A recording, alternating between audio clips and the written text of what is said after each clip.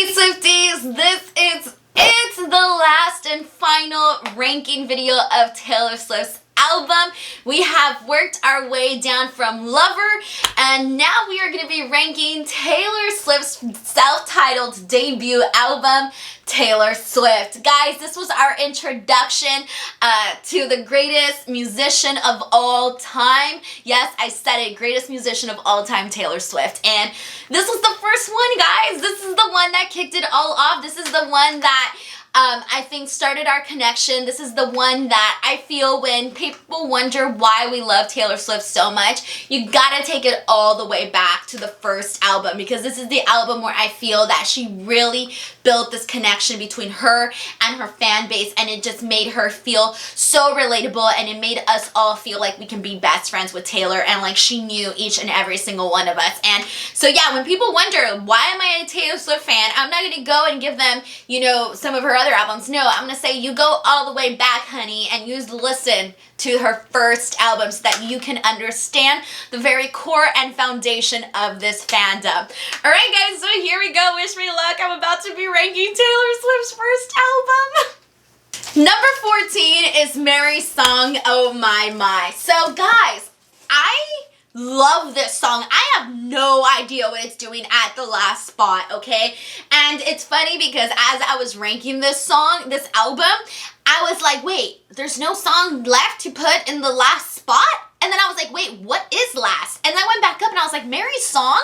I was like, oh no, this cannot be happening. So I was really upset when this was the last song on there, because I was like, wait, no. This song is great and it belongs easily anywhere else. So I don't know what it's doing here. Okay, guys, I really do not know. It just kind of happened and there was nothing left to add behind it.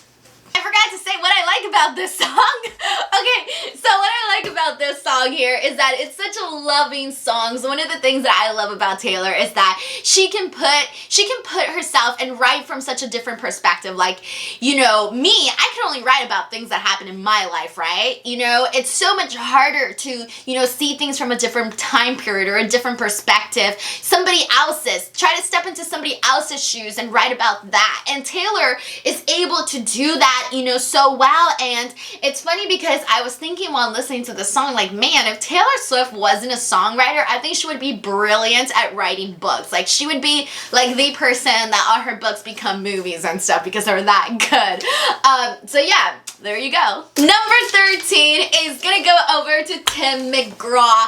So guys, this was the first song that ever kicked off a Taylor Swift album. This song is personal, sweet, and creative. I think this was obviously our first glimpse at Taylor Swift's creativity. I feel like just there's so many things about this song that to me just scream how brilliant she is at songwriting. I mean, it's just simple. Like, for example, when she just says, you know, when she says, when you think of Tim McGraw, I hope you think my favorite song.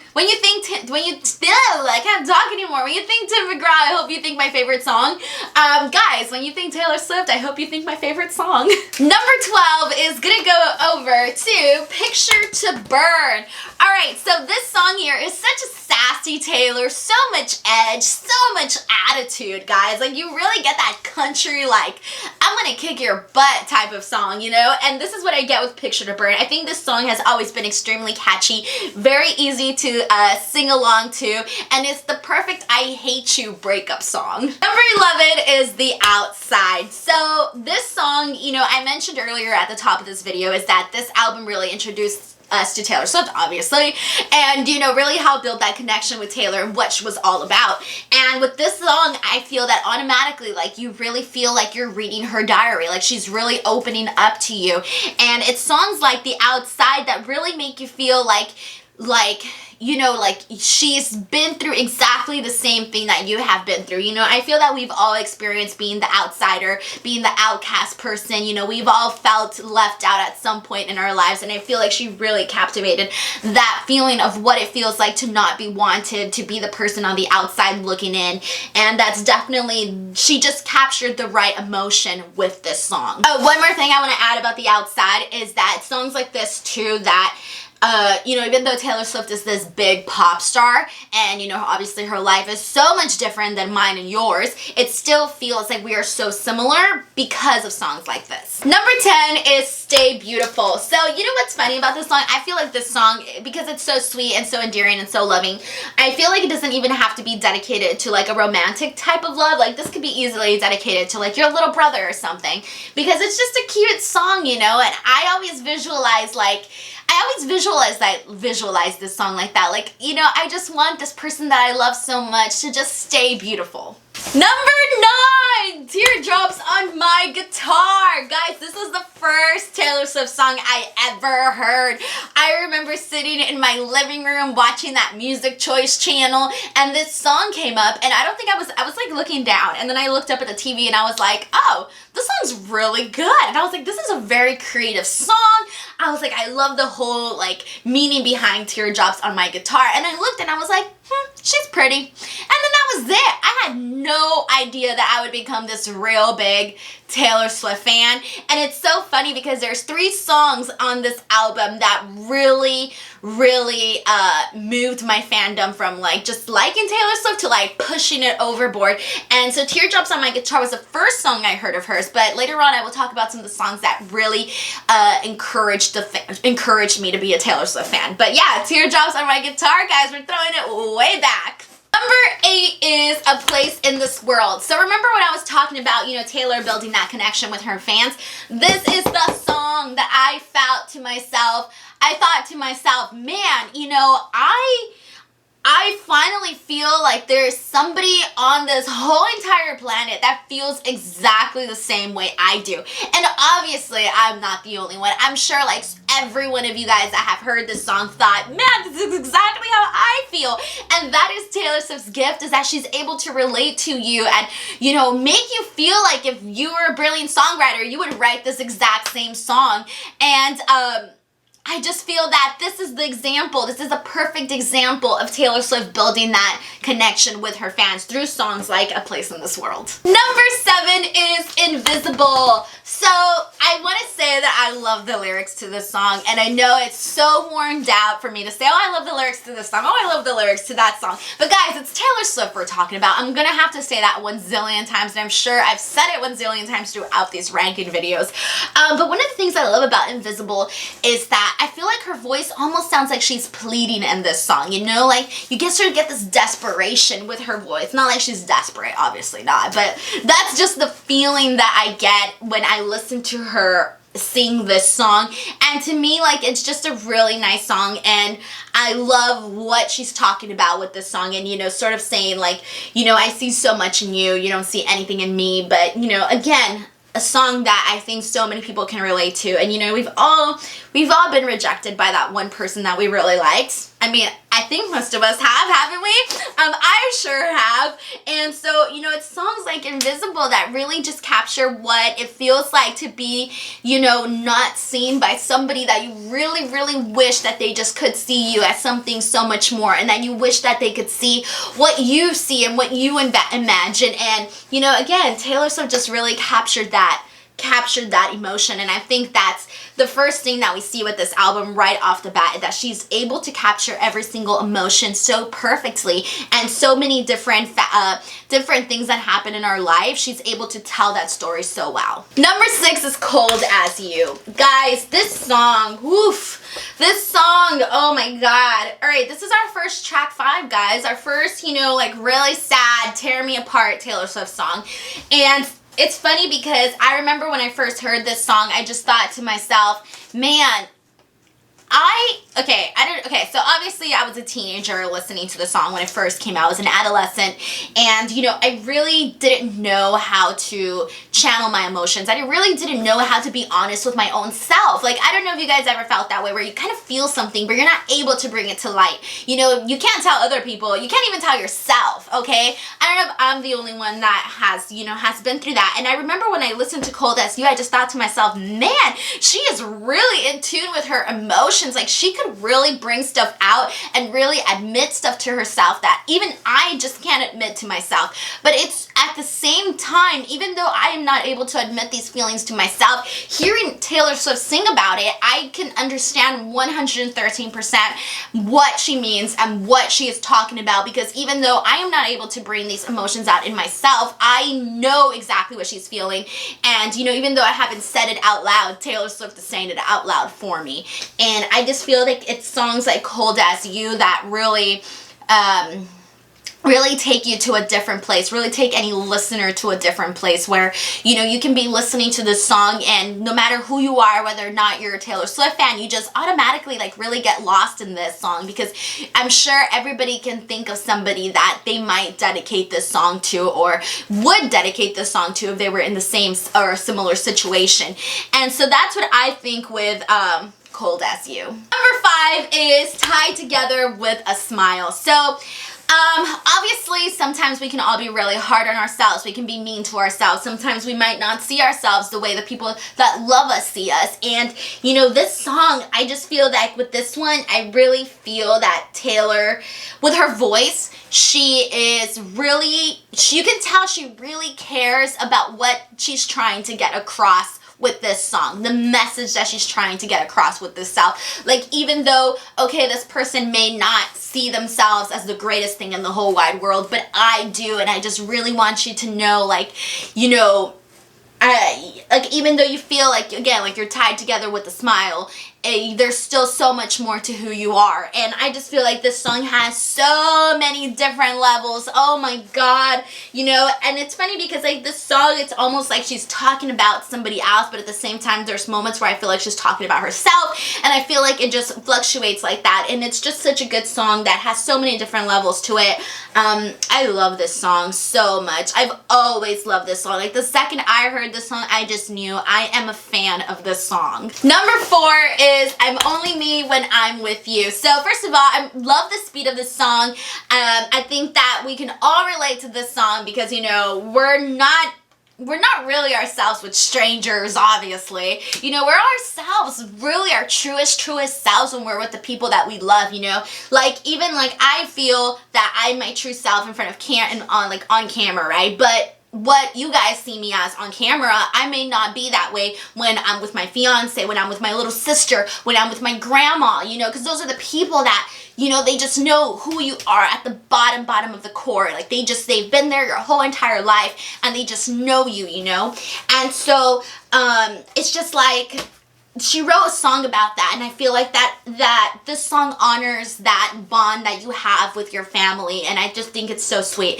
And I just like the song. Like, you know, you can like really move along to it, but at the same time it has like this great and wonderful message. Number 3 is gonna go to A Perfectly Good Heart. So, oof, guys, you know I love me a good sad song. You know I love me a good tragic, heartbreaking type song, and this one does it for me.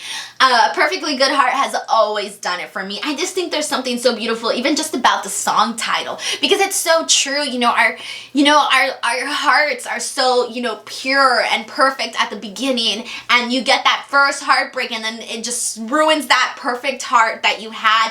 And I just love the song title within itself. And you know, the message that she's talking about with this song is like, how could this person hurt this perfectly good heart that she had? And it's just so pure, and I'm just like, stop it. Like, this song gets me, okay? Like, I love this song. It's so good. Alright, number 2 is Should Have Said No. So, remember when I said there was 3 songs on this album that really made me a Taylor Swift fan? Okay, so Teardrops on My Guitar was the first song that I heard. Should Have Said No was, I think, the 3rd Taylor Swift song that I heard. And I remember when I listened to this song, I was like, shit, she is good. And I was like, okay, that's it. I'm obsessed. I am a fan. I want to learn more about this girl. I remember seeing her performance with like the water falling down on her, and I was like, yes, she has it. She's really getting that message across. And oh, I just loved like this. I think that, yeah, Should Have Said No was the first performance I saw of hers, and I just remember thinking like, man, she is really she's really doing justice to this song. And I think that it's all those elements that Taylor adds to her songs, like the lyrics, the music, the way she sings them, and the way she moves along when she performs these songs. It really just makes it whole and really elevates her music that much more. So yeah, this is a song that made me obsessed with Taylor. I know that for a fact. And now, because I'm talking about the 3 songs that really did something for me, this #1 song, this was my favorite Taylor Swift song for years, guys. This song was really hard to replace, okay? Enchanted ended up replacing this song, but for a really long time, my favorite Taylor Swift song of all time was Our Song. This is the second Taylor Swift song that I heard. So I had heard Teardrops on my guitar and I thought this is a great song. Blah, blah, blah. Move on. I moved on. Then I was one day getting ready to go out and I was flat ironing my hair. I was watching the music video channel where they show music videos, and the Our Song music video came out. And I was like, holy cow, who is this girl? And I don't think I realized that it was the same person that sang Teardrops on my guitar at this point. And I just thought to myself, man, she is gorgeous. And holy dang, this song is so freaking cute. I just thought this was the most cutest, most adorable song. And this is the song that made me Google Taylor Swift. And then I found Should Have Said No. And then it just all went downhill from there. I just kind of went through a rabbit hole.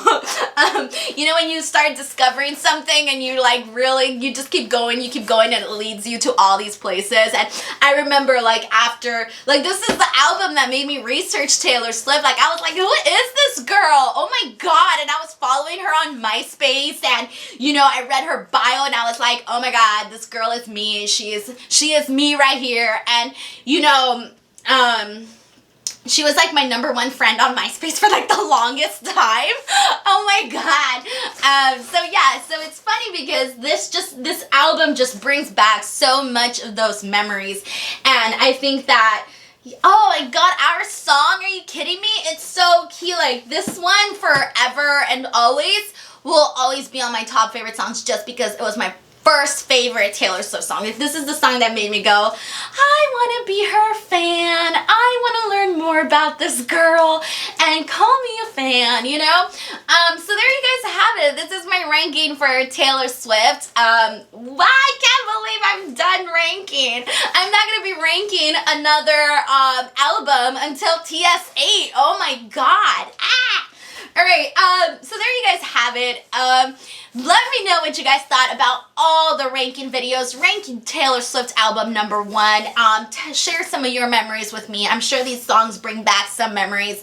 They bring back so many memories for me, as all the other albums really have as well. So yeah, so go ahead and do that, guys. This has been such a fun ride, just really going back and analyzing all these songs and telling you guys how I feel about these songs. And thank you so much for listening to my silly memories about, you know, these songs and stuff like that. I'm sure you guys all have your own memories as well. So please share those with me. Yeah, I don't know what else to say other than, as always, guys, please support the channel by subscribing. It really means a lot to me when you guys subscribe. What means a lot to me is when people reach out to me on Instagram and Twitter, because it just and they tell me like, I really like your channel, or oh, your channel deserves so many followers, or oh, I just really like your videos. And that just means the world to me, because, you know, obviously, like, you know, I'm not like a rich YouTuber or anything like that. I'm not like, you know, my channel isn't like at 50,000 subscribers or 100,000 subscribers. So I really just want to like bring out good content. And so when you guys tell me that you guys think my videos are good, like, oh my God, it just makes the whole entire world for me. So yeah, I don't know what I'm getting at with this. Oh yeah, so just subscribe, guys. Give this video a like, please. Reach out to me on Twitter and on Instagram at _Denise Salcedo. I love chatting with you guys on like Instagram and Twitter and all of that stuff. What else? Oh yeah, as always, guys, December 1st and well, not as always. Oh, my brain. All right, from December 1st through December 13th, I will be doing 13 days of Taylor. I have 13 videos planned to come out those days, and I'm so nervous because I still have to work on them. It's gonna be a major, it's gonna keep me busy, all right? It's gonna keep me very busy. So guys, subscribe if you guys want to be a part of that, and also update you guys on more Taylor Swift news, create more original content, and so much more. Guys, by the way, this isn't only just a Taylor Swift channel. I do post lots of other stuff, anything pop culture related, anything pro wrestling related. So I know that sometimes my channel is a little random, but guys, I like a lot of stuff. So yeah, so support, subscribe, and like. I've talked too much. I'm leaving now. Bye.